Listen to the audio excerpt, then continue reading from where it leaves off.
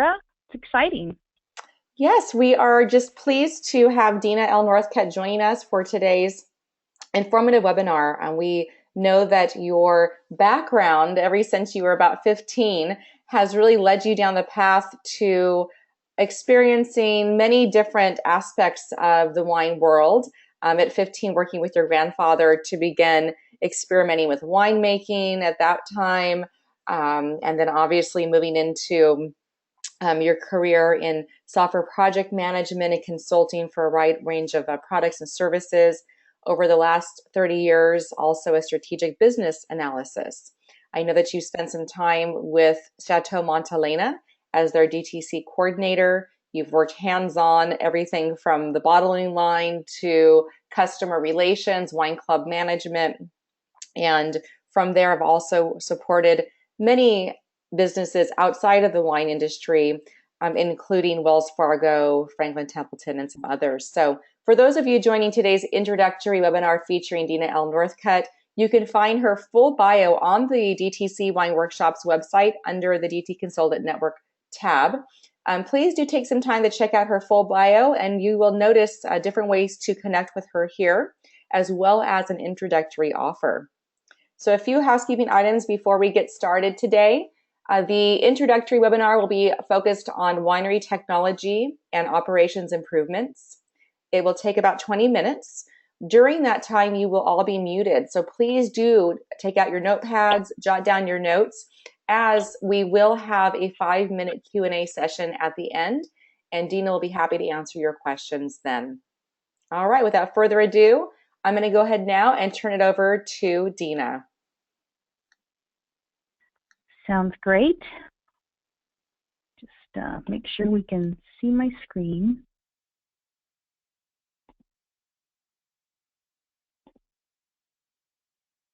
And just let me know when you can see it. Looks great on my end. Oh, excellent. Well, welcome everyone. Today I just want to kind of talk about building a world-class wine club. Many of you know that, direct to consumer sales, bring in a lot of money. When you have a wine club and it's maybe winter or slower season, things like that, you can basically count on clubs to bring in regular income, cash flow, things like that. When you're looking at clubs, again, bringing in a lot of different resources for the winery. They're great for many reasons, but a primary reason to offer a wine club is really to guarantee that income, make sure you have a steady balance, as well as, throughout the course of, this presentation, you're just really going to learn about how to think about your property, your winery. In the end, I want to send you on your way thinking about what sets you apart from other wineries and why someone should join your wine club. Membership has its privileges, so why would someone want to join a wine club? There are some of the questions that your visitors are asking themselves. If you think about what is important to you when you go to visit a winery or when you like a certain wine, is it a traveling wine club that might turn you on? Do you have maybe you live in Detroit or someplace where you're not in Napa Valley, and you're excited because, hey, these folks actually come to my neck of the woods and they put on a little soiree where they bring out all their new releases and they bring out some old things, and they do a lot for me, and that's pretty cool. Or does this winery have special events each month only for wine club members? If they're in the area, they could come up and visit. These are maybe things that aren't necessarily open to the public.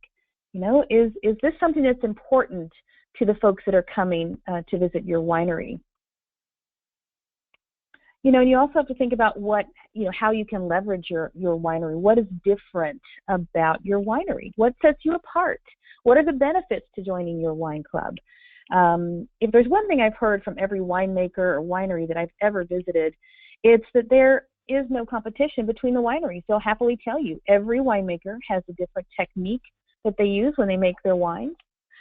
different yeasts, different fermentation processes, different tanks, concrete, steel, wood, barrel time. Everything is different, even rootstock, soil, terroir.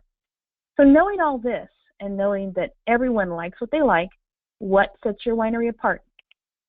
You can't say, well, the winery next door has Cabernet too, and I have Cabernet, so that's just not really how to look at it. There's a lot of different things, aside from the wines, what do you have that your other neighbors don't have that can offer that you can offer your wine club members? Not everyone can be in multiple wine clubs, so if they must decide, you want them to choose yours as one of their choices. One of my clients has incredible views, and they're down in Carneros. And, they're like, look at this view. Look at this view. It's $1 million view. This view is beautiful. Okay, what are you doing with it? Well, nothing. We have to drive a golf cart up there and take folks up there. Well, how many people can you fit in your golf cart? Well, just 6. So, you're like, okay, well, maybe, you should think about doing, tastings up here in this beautiful view. There's a lot of different things that you need to be thinking about. Marketing and strategy, world-class hospitality, you have to think about that as well. So, when you're marketing your wine club, when your guests are in front of you, you have to exhibit world-class hospitality, and you have to think about it from their standpoint, and also, how many restaurants do you frequent where the food is just so-so, but the service is so amazing and the people are so nice, and they always remember you. They remember what you like to eat or where you like to sit. That's all part of hospitality and taking notice of the folks that are in front of you. Defining your demographics. We're going to talk about that later, but, that might mean that you want to gather a younger crowd and get them interested in your wine so that they become lifelong members and spread the gospel to their friends about your winery. Social media, make sure that you're advertising your events and club benefits via Twitter, Facebook, Foursquare, etc. Partnering with other businesses in the area makes good strategic sense, right? So a rising tide lifts all ships.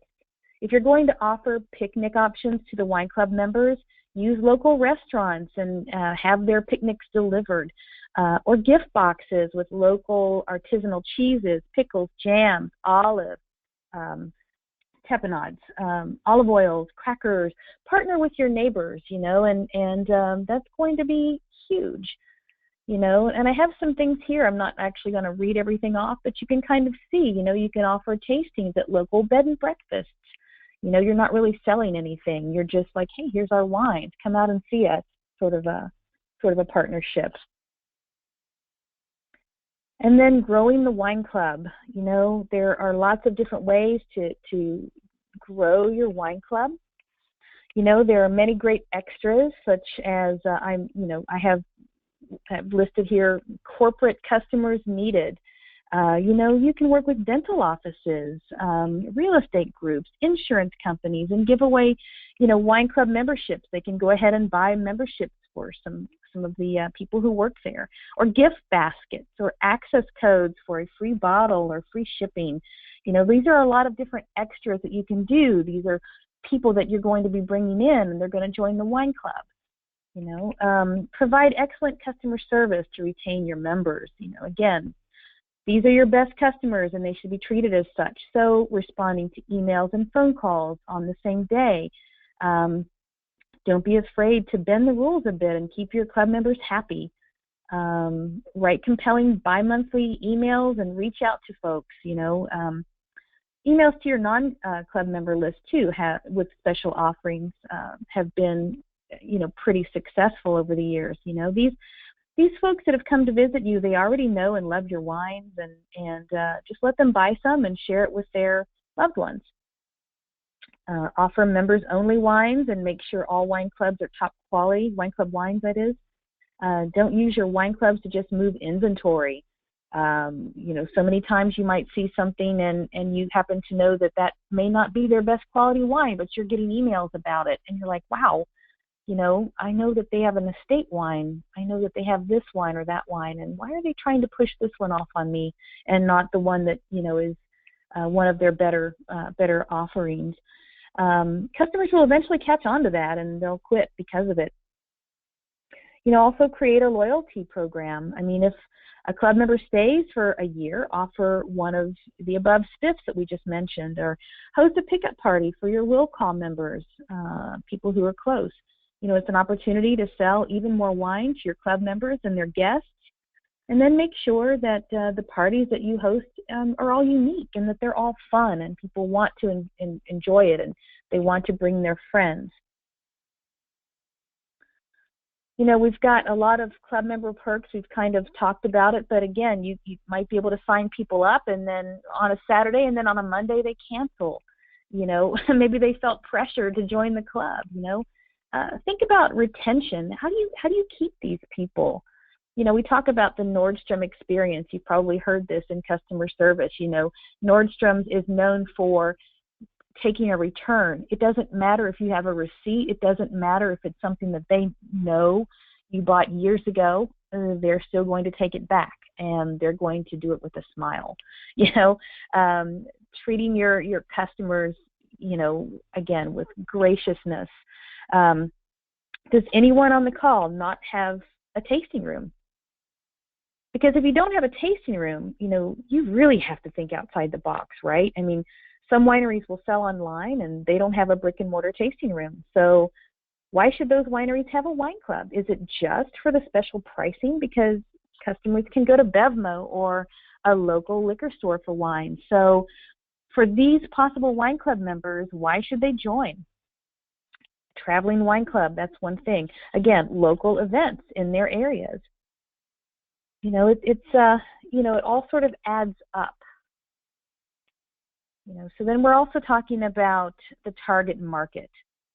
What do potential wine club members look like, and how do we get qualified lead conversions?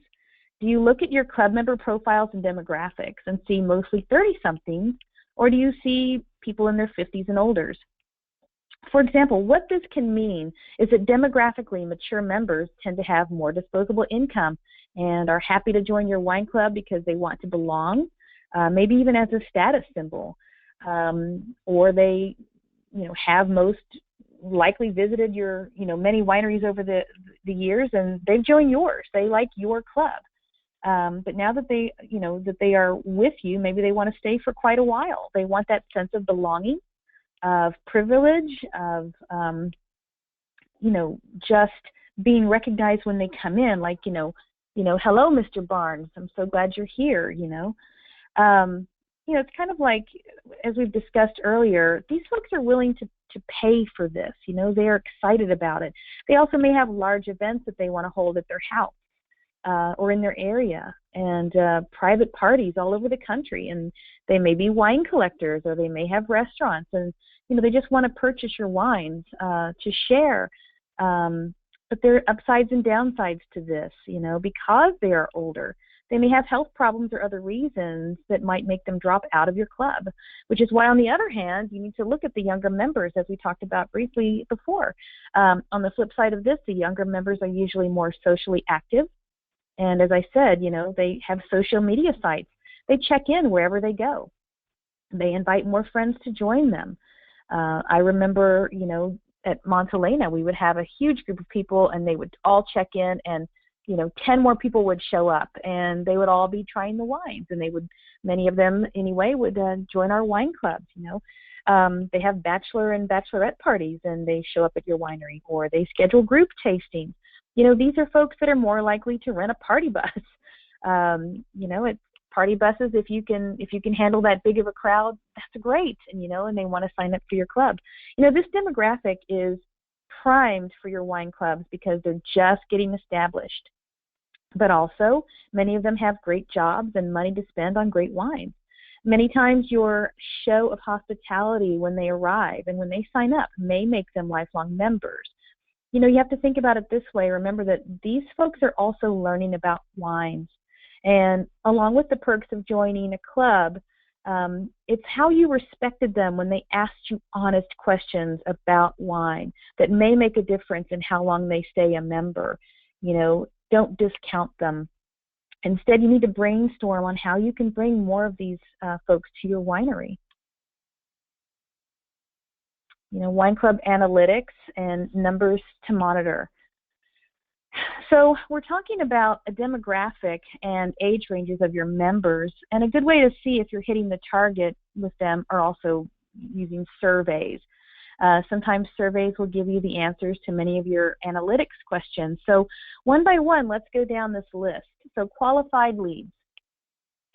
This could mean people we can ship to as opposed to states or countries that we can't. So Kentucky or Utah, we can't ship to those states. And then you've got countries like Canada, we can't ship there. So that would determine a qualified lead versus an unqualified lead. Return on investment. Did you blow your budget on an event to pull in a new crowd only to find that most of the attendees are already your members? Conversion rate. So this also deals with your website. You should be monitoring how many unique hits that you're getting on your site versus same members clicking to place orders. There are a lot of web analytics programs where you can pull reports to reveal where your visitors are coming from and how many times they have visited, and also how many of them joined your wine club via the website. If you've had a recent promotion and advertised your website, you can see if that is what drove them to your site. Many winery software offerings out there have a dashboard where you can pull up the reports and see how many members have signed up within a given time frame and how many members that you've lost. This is a great indicator to see who signed them up or what day of the week they joined.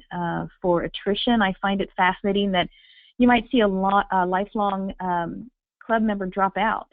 This is when the Attrition Survey comes in handy. There are some members that you know personally that you can call and find out why they left, but that may not always feel appropriate.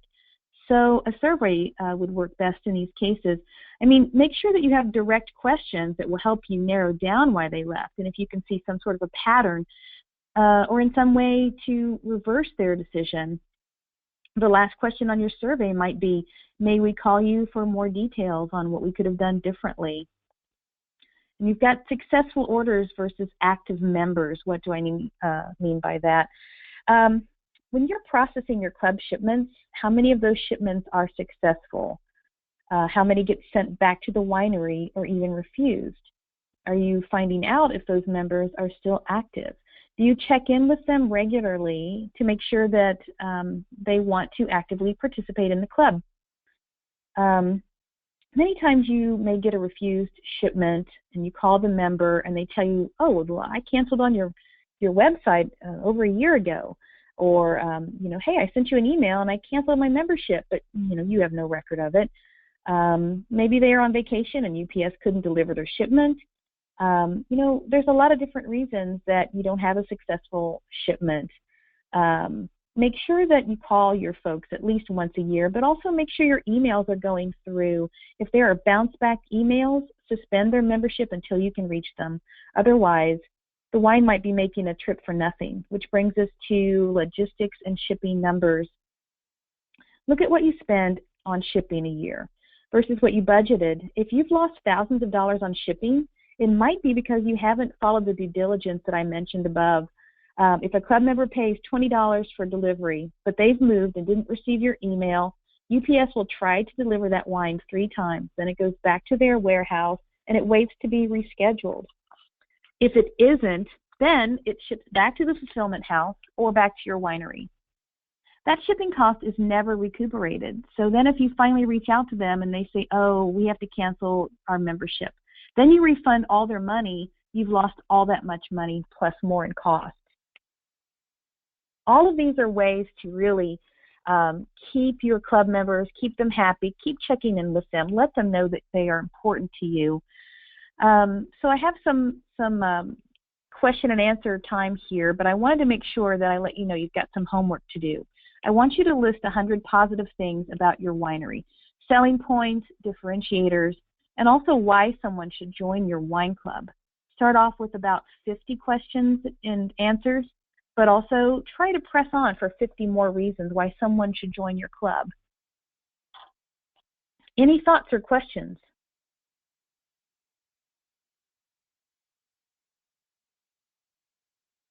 It looks like we have a couple of questions here in the chat window. So I'll go ahead and run those by you. And let me go ahead and make sure to unmute the audience. That would be helpful.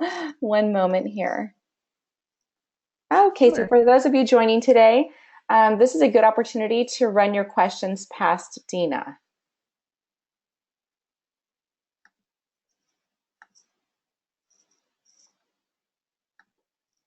You may want to read the questions that are in the chat window also. Yeah, there's just a few. So one question, it looks like the attendee is asking, when it comes time to set up club tiers, membership tiers, what is the best practice? It looks like right now they have 5 tiers, and they're asking, what is the best practice and how many times per year should wine club shipments be sent? That's a very good question, because I know that a lot of wineries will have maybe 4 shipments a year, but the problem with the ones that are sent out in the summertime or in the fall, it's really hot in some places, and because of the heat, depends on if the UPS truck or the FedEx truck is super hot inside, the wine's going to end up getting hot or being cooked. It's always a good idea. I find it to be a good idea anyway to have maybe 2 pickup parties in summer and fall, or whoever does not want to come to those pickup parties, a good idea might be to have a shipment in the early spring or in the winter, but you have to also think about if it's too cold. I know that now a lot of shipping fulfillment houses are putting in cold packs with the wine, and if you can get that, your shipping's going to be a little bit higher. So there's a lot of things that you really have to consider. So the shipping costs would be a lot higher, but at the same time, your wine is more temperature controlled. The other part of that too is if someone is in a low bottle count club, so a bottle that's maybe 2 shipments 4 times a year, they're looking at that going, wow, it's cost me $20 to ship these 2 bottles, but it only costs $22 to ship 4 bottles. Maybe I should do, this club 4 bottles twice a year. So you really have to kind of sit there and weigh out all of the different options. My favorite thing in the world to do is find a whiteboard and start writing everything down. Do a process flow. Okay, so, if I start off here at this fulfillment house, and it's in this area, and it's got to go, 200 miles to to this person's house. How is it going to get there? And really just kind of track it out in your head and think about the life of the wine. I always say treat your wine like you would your dog. So if you've got your dog is going wine tasting with you, you're not going to leave your dog in the car when it's 90 degrees just because you have your windows down. Think about it that way with wine too. So you have to think about weather. On the side of tiers of your wine club, think about, really look at the analytics side of things. Really look at what your folks are purchasing. Do you have a ton of people that are buying the mid-range prices, the $50 a bottle wines? Do you have a lot of people that are buying your $150 a bottle? Are most people buying your $25 a bottle? Really think about that, and then look at how the shipments are going. Really, really look at the stats and say, okay, well, you know what? It looks to me like most of our people are buying like 2 bottles of the $25 bottle, but then they're buying like 3 bottles of the $150. So if I'm looking at this, maybe I want one of my clubs to be sort of broad ranging. You also may want to say, oh gosh, most people are buying whites, most people are buying reds. Maybe you want to have an all red or an all white club. And a lot of folks like the idea of customization. If you're a big winery, customization can be hard. It really can, because you're trying to please everyone, but you're looking at, having to handpick a lot of these things, and handpick all of these wines versus, your current release. So you're saying, okay, I have a current release tasting going on, and the wine club is going to be, this is our current release. This is the wine club, like it or not. The problem with that is then you do have a lot of people that are like, well, gosh, I'm not really a fan of Merlot, and I don't really like this. So then you're going to lose that person. I think a good idea, if you can do it, and again, it is hard if you have thousands of members, but a good idea might be to offer, you know what, sir, I understand you're not a Merlot fan. I can do a Riesling, or I can do a Cab in place of it. Maybe you have something that's there that this is what I'm going to replace it with every time. These are going to be the offerings. The Merlot is going to be replaced by one of these two, or the Chardonnay is going to be replaced by one of these two. That might bring it down a little bit as far as time consumption and a headache of making sure that you get it right. Because I know that it can be difficult. Okay. I hope that answers. It's kind of a roundabout way, but I hope that answers the question. Looks great. And so thank you so much for those words of wisdom, Dina. We do have a few more questions, but it looks like we're running a little bit out of time here today. So for those of you who would like to connect with Dina following today's webinar and learn more about her background and her services, please do visit dtcwineworkshops.com. You'll find her bio again at the DTC Consultant Network page, and her contact information as well as her intro offer here at the bottom. Dina, thanks so much for taking some time out of your schedule today to share with us such wonderful words of wisdom. Thank you so much, Sandra. Thanks, everyone. Bye-bye. Bye.